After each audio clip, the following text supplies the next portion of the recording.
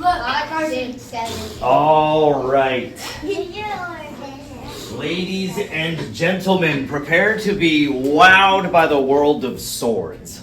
So, my name is Jeff, and I am a historian. You guys know what a historian is? Yeah. No? All right. So, have you ever heard of history? Yes. You've heard of history. All right. So, history, collectively, is whatever has happened in the past.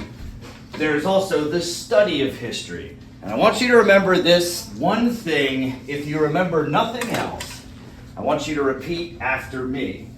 Every time I ask you what's the most important part of history, you're going to say this: asking questions. Can you remember that? Yeah. So, what's the most important part? Asking questions. All right. Can you read my terrible handwriting? Sort of. Ish. All right. Well enough. My hand is worse. All right. Well, you know what? It took me 40 years to be able to write that well. Important. All right. Yeah. So, the most important part of history, asking questions. So, if I ever say, what's the most important part of history? Asking questions. Excellent. See, I already knew this was going to be a smart group. All right. So, who here has ever heard of Rome or the Roman Empire? Oh, you've heard about it. All right, tell me something about the Roman Empire. Oh, I've just seen it in videos. You've seen, okay, so like you've seen the show Rome or something like that? Yeah. Or you've seen it in video games? No, So- I've seen it like YouTube kids. Oh, okay, there you go. If you ever watched the Kings and Generals documentaries, they're all really good. So, But I have watched the documentary. It almost surrounded the whole entire Mediterranean Sea. it did. There we go, right? So, in the opinions of some historians, it's considered, one of the most important empires. You guys know what an empire is? A big civilization? Yeah. One of the most important empires that's ever existed because of how it changed the social and political and economic sphere of influence around the Mediterranean. So this is called a gladius hispaniensis. And this is the sword that the Romans used from roughly the 2nd century BC until, depending on what you believe to be the end of the Roman period, of which there's 3. You have the regnal period, which is when there was Roman kings, then the Republic, and then the Empire. This sword was the same sword that they used through most of it. So I'm going to pass this around so you can see what it looks like. Please don't whack your friends with it. All right.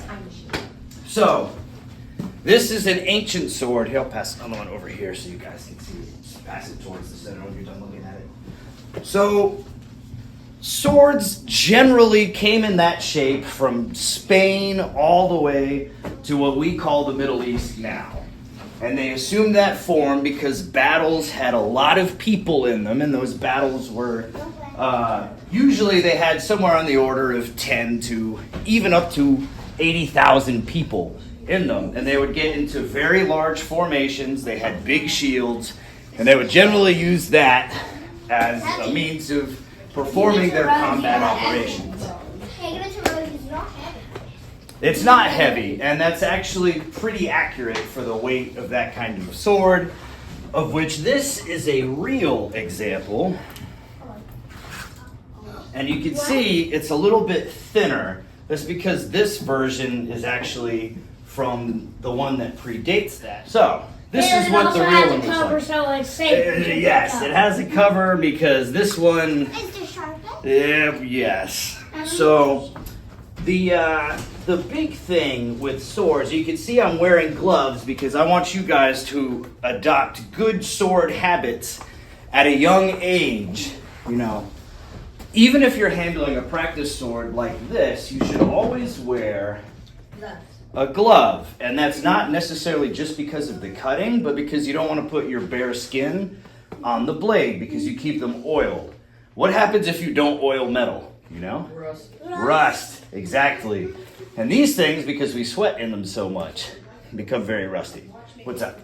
I have toy katanas Okay, so there you go. that make the Oh, they make noise? That's what it was. With no one to rule, a bunch of smaller scale rulers started to take over. And when they took over, they became what we call kings. You guys know what a king is? Yeah. All right, so now we're getting to the heart of what we call the What's up? The reason why you wear gloves when you use real swords because you don't want your bare hands on swords because the tip is sharp and you don't want to cut yourself. Exactly, right? Safety and performance, right? It's imperative that you always use the right tools for the right thing. But you know what's even more important? What's the most important part of history? Asking questions. Oh, I didn't hear some of you. What's the most important? All right, there we go. So, when we entered into the medieval period, what we see is swords start to get longer. And if you compare this, which is a much more reasonable comparison, this is really more of what we call an arming sword. This is, if you guys know who King Arthur is? You guys have heard of King Arthur? No, I have. All right, so there's this mythical king. Who knows what a myth is? What's a myth? A story that people used to believe, but it isn't true. All right, so that's mostly it. When you're talking about the technical meaning behind a myth is a story that captures a cultural theme that's important. It's not necessarily untrue. It just revolves around certain It's a perspectives. story to tell how stuff. Exactly. And it's just rooted in a cultural way of seeing things. So, as we get into the early medieval period, the Middle Ages, right? That's what medieval means. We have this sword, which knights used to keep on their hip like this, draw the sword out, engage in combat with it. Now you can see it's pretty long. Compared to the gladius, which is a one-handed sword, this is called a hand and a half sword. And that means you can use it one-handed, or you can use it two-handed. Now, this is from about the period of the 5th through 8th centuries. There are still other types of sword that are one-handed, but what we see is the swords start to get longer. And as armor starts to improve, the swords get even longer. And so, this is a little bit after the period of the Middle Ages. This is actually a Renaissance sword, and this is based off of an actual historical example. And this is what modern historical fencers use in order to recreate in what we call reconstructive archaeology. And so fencers can still use this kind of sword relatively safely. You still get bumps and bruises from it. I don't know if you can still see it. Yeah, I got hit in the arm there the other day. But this is, what's that? So is that a real one? Yes. So this is, it's blunt. Also, I'm only eating it now. Good. Well, that's good. It won't rot your teeth out. But the thing with this is it's blunt. So it is a real sword, but it just won't cut anything, and you can't hurt anything with it. It has that yellow tip. Yes, it has a round tip. You can see the round tip. And like that yellow tape. Yeah, that's just so you can see it when you hit people with it. But what if you stab something on the side? Well, the yellow part isn't. Nope. Don't stab Jackson's apple. Yeah, I won't stab his apple. I'm just trying to eat. Yeah, no, I get it. I get hungry too. But if you guys want to see, kind of, this is about the right time and the right size, which comes between these two iterations, right? So we go from the arming sword, which is this one, to this one, which you can see is a little bit longer. And then when we get to the 15th century, it gets to this length. You see how those compare to each other? Ooh. So why do you think the swords might have gotten longer? Because how much you improve. Oh, because of how much you improve? Well, if somebody was around in the 8th through 12th centuries, that's quite a feat. It hits people more farther away. It does. It increases range. Exactly. Do you know all the Aztecs? Do I know all the Aztecs? The fall of the Aztecs. Oh, the fall of the Aztecs. Yes, that happened a little bit later than what we're talking We about. have a book about it. Oh yeah? Is it good? Yeah. Who's the author? I don't know. Oh, that's kind of important. You got to remember the author's name. But what's more important than remembering the author's name? Wait, what's the most important part of history? All right, so I'm going to pass these guys. The author's name. That's what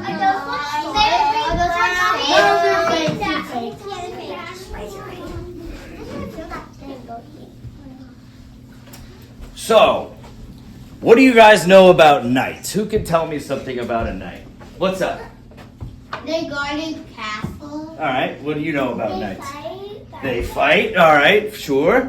What do you know about knights? They have swords and shields. Swords and shields, excellent. What do you know about knights? That they ride horses. That they're what? Ride horses. Oh, yep, oh, very good, right? They protect princesses. All right, they protect princesses. What do you know about knights? Yes, they wore armor, very good. Which is another reason why these swords started to get longer. What do you know about knights? They protect kings. Protect kings. All of those things that you said are absolutely correct. What, They wear helmets. they wore helmets as part of their armor. Yeah, and also it's very heavy. It is very, it's pretty heavy. So it's heavy. one of the things, a misconception that's pretty widely spread about with knights is that their armor was so heavy that they couldn't move in it.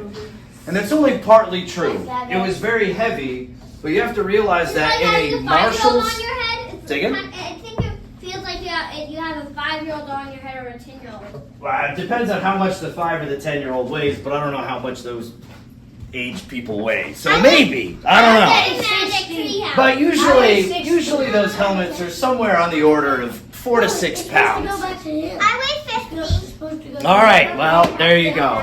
I'm sure at one point in my life I weighed 50 pounds. Thank you. All right, so I'll let you look at them again here in a little bit. So one of the other things that we have to realize is when societies are trying to find their identity, sometimes they don't really know how they want to be. So over time, through the medieval period, yeah, it's kind of hot in here, isn't it? Over time in the medieval period, we had a bunch of social upheaval. There were a lot of changes. And while these changes were happening, new classes of people started to emerge, one of which was the knight who wore all the armor. Who here knows what chainmail is? What's chainmail? I only know about it in Minecraft. Okay, in Minecraft. All right, perfect example, right? So it's tiny little links that are riveted together. Right? So you got a tiny little circle like that, a ring, a ring, a ring, a ring, a ring, and you just have chains of them put together. And so what you get is you get a piece of armor. Have you ever seen Lord of the Rings? Yes. I have not. All right, so a lot of the My dad has though. a lot of the dwarves and elves wore. My daddy has. All right, well there you go. So chainmail was expensive and time-consuming to make, but it worked very well at protecting between where plates of armor, the big pieces of metal that you wore in your armor suit, it was good at protecting the soft parts. So that's why chainmail, I mean, people were still using chainmail into the First World War at the beginning of the 20th century. All right, so you guys know what a joust is? No. All right, so what is it? Actually, yeah. Have you ever been to the Renaissance Festival? Yeah. Yeah. All right. So when you see the two knights riding towards each other with the big long spike, right? So that big long spike is called a lance, and they would ride towards each other and they would try to knock each other off the horse. If you're ever on YouTube and you want to watch something that's kind of fun, it's always nice to watch two guys riding at each other and trying to unhorse each other. So, what are your questions about the medieval period? Does anybody have any questions? All right. When did it start? When did it start? Somewhere around the 4th century AD. Right? So, usually people consider the Middle Ages the time between the quote-unquote end of Rome and the Renaissance, even though nowadays people kind of look at it as the Renaissance is the end of the Middle Ages. Have you ever heard of the term Renaissance? All right, so Renaissance means rebirth, and it basically just means we started studying the stuff that we had known about during the Roman Empire again, and we regained a lot of lost knowledge. Sometimes you'll hear people call the Middle Ages the Dark Ages because writing started to decline. There wasn't a lot of writing from the time outside of ecclesiastical writing.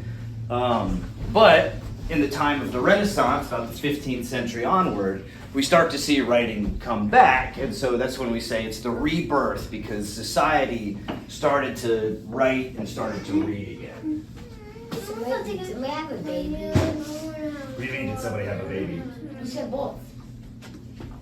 What? What? Where'd you get birth from? Oh, birth! Oh! No, they call it the rebirth, like the reawakening of human society. All right, what's your question? What's your question? Your hands up. Why do knights chop the other knight off the horse? So, interesting question. So the reason they did it was a sport. And it was a sport that directly helped them practice doing it for war. So the knights were part of the martial class. They were the ones who were paid to protect kings and princesses and queens. And because they were paid to protect them, they had to practice doing it all the time. And so they would have these large festivals and these large tournaments where they would just bring all the most important nobles from all over Europe to come fight each other with lances on horseback. What's your question? How did knights get their name? What, the word knight, like K-N-I-G-H-T? Yeah. Comes from a German word, knecht. Also, how did the king get to be king? Oh. So usually it was because he had the most money. He had the most money, and he was able to pay the most people to protect him. And ultimately, until we get to the Magna Carta, and later on, we start having things called senatorial bodies. Have you ever heard of the word Senate before? So before, the Senate comes from the Roman Empire, or the Roman Republican period. Anyway, there's a body of people that would oversee what the king did, and they would approve of it or they wouldn't approve of it. And Parliament is what the British know it as, and the parliamentary body would usually ratify the king in some way, depending on which country, depending on whatever, but generally, it was the guy who was able to assemble the most troops together. All right, there's another question. What's your question? Usually of natural causes. We actually don't see a whole lot of them perishing in combat simply for the fact that usually they weren't there in the front line. Now, that depends wildly on who the king was. Henry V. Everybody dies. Well, that's true. Everybody does. But we don't always know why or how. And that's one of the great mysteries in history that we often have to try. We didn't even know where Richard III's body was until, I think, 2017.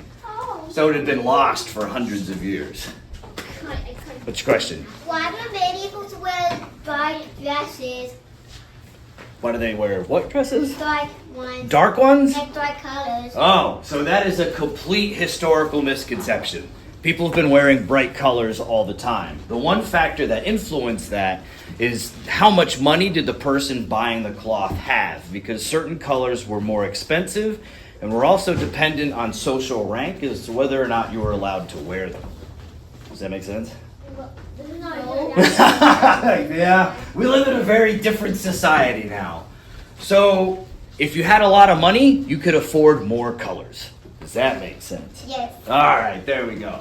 All right, so more importantly, what's the most important part of history? Asking questions. I don't know if you're convincing me. All right, thank you. That is what I'm talking about. Why do you think asking questions is important? Because you ask questions. Because you know. So you can know what. So you So you can know. learn, right? So You get Also, so you can learn. So you can help. so you can learn and so you can help. I actually really So you like can tell that. other people when they have questions to you. So you can help other people. So at the end of the day, people often ask the question, why is history still relevant today? And the easy answer is empathy. It helps you understand the perspectives of other people, and you start to see that everybody's life kind of goes in the same way. We all face adversity, and you can learn how to overcome it by watching other people's example of doing it. The other side of that is history will give you critical thinking skills. You ask questions and you learn answers and you determine which of those answers is most important. Anybody hear the word critical thinking before? Yes. Yeah. Critical thinking. It's one of those skills. things that they try to cultivate among all the different schooling things. So, after the medieval period ends, we start getting changes in swords again, and we start to get thinner swords. Not quite this thin just yet. Thinner swords that look like this. Ooh. I think I know what this one's called. Which one? Highway. Wait, this one? No. Oh, that this one. So you're thinking of a cutlass, which is usually a little bit thicker than this. This is a saber, and this is from anywhere from the 17th, 18th century onward. This is an infantry saber. Highway. So pirate swords are curved and often have a robust handguard here. But you see how thin this blade is? It's about as thin as this one. Cutlasses are usually a little bit thicker. And that might be contentious among historians, but you're too young for that to be relevant. So this started to come about in the late 16th century. Actually, you can see a tendency toward swords getting thinner and longer from the 14th century, but the true rapier, like this, which has this specific type of handguard and a knuckle bow here, this starts to become more prominent in the 16th through 17th centuries. So this is a cut and thrust weapon, which means on the edge here, if this weren't a practice weapon, it would be sharp, and it would have a very sharp point. And you would use it primarily for thrusting. This, as you can see, is shaped differently because this is usually used for cutting.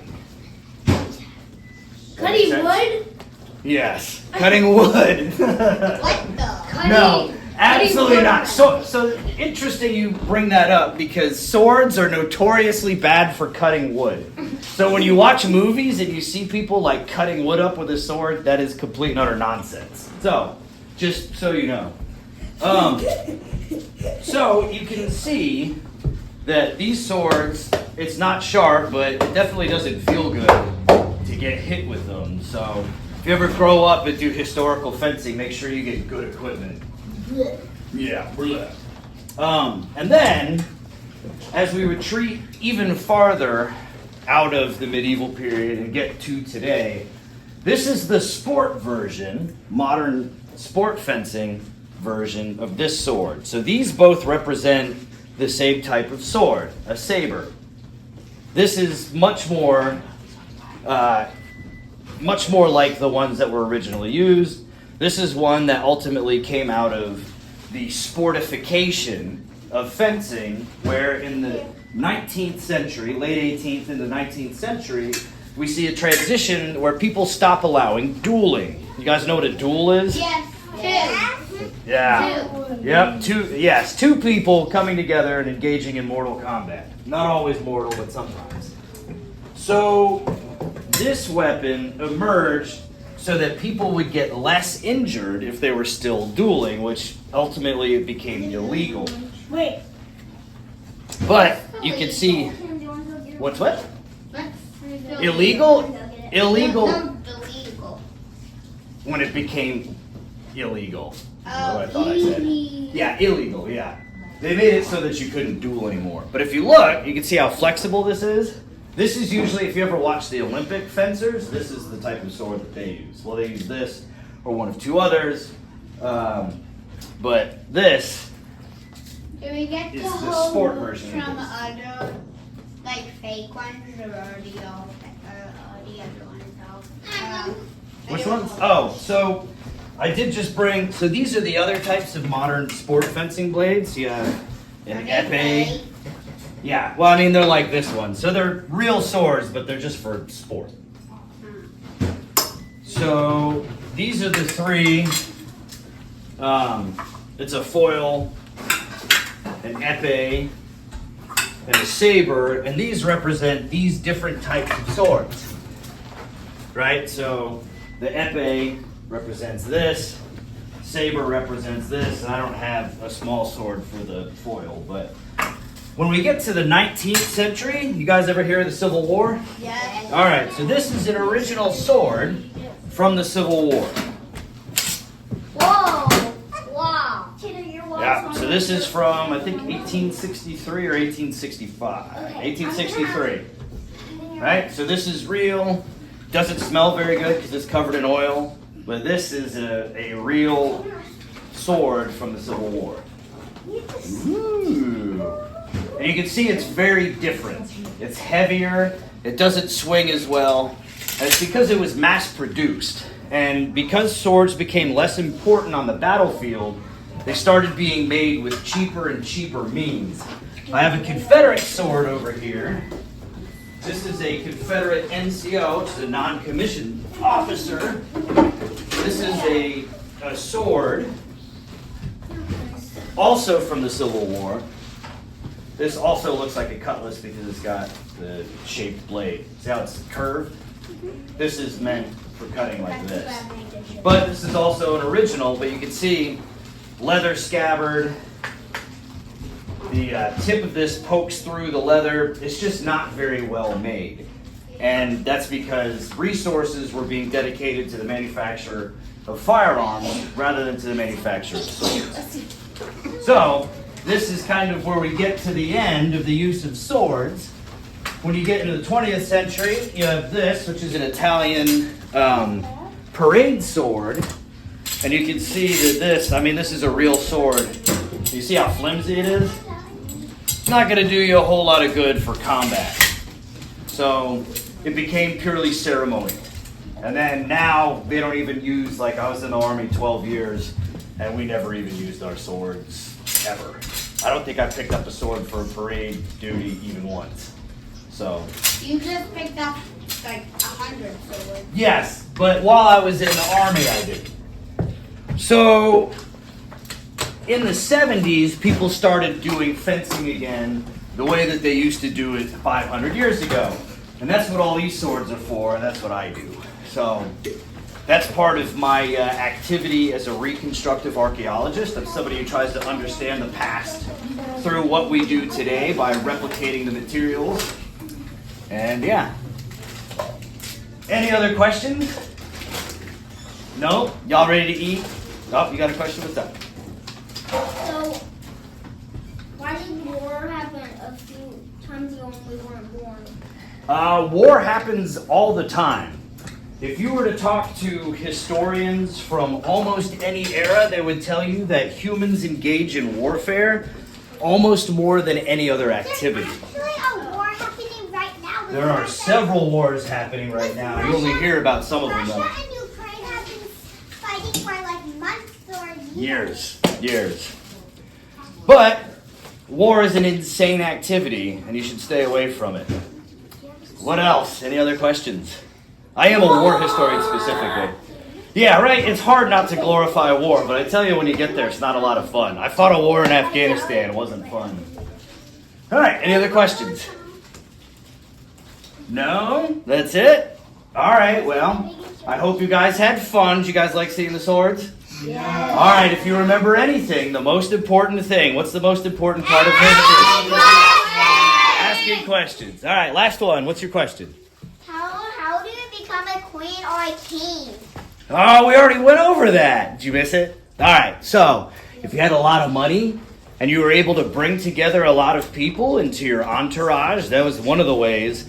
There's also a guy called Charles the Great, Charles Magnus, who was the beginning of the Frankish Empire. We call him Charlemagne. Have you ever heard of Charlemagne?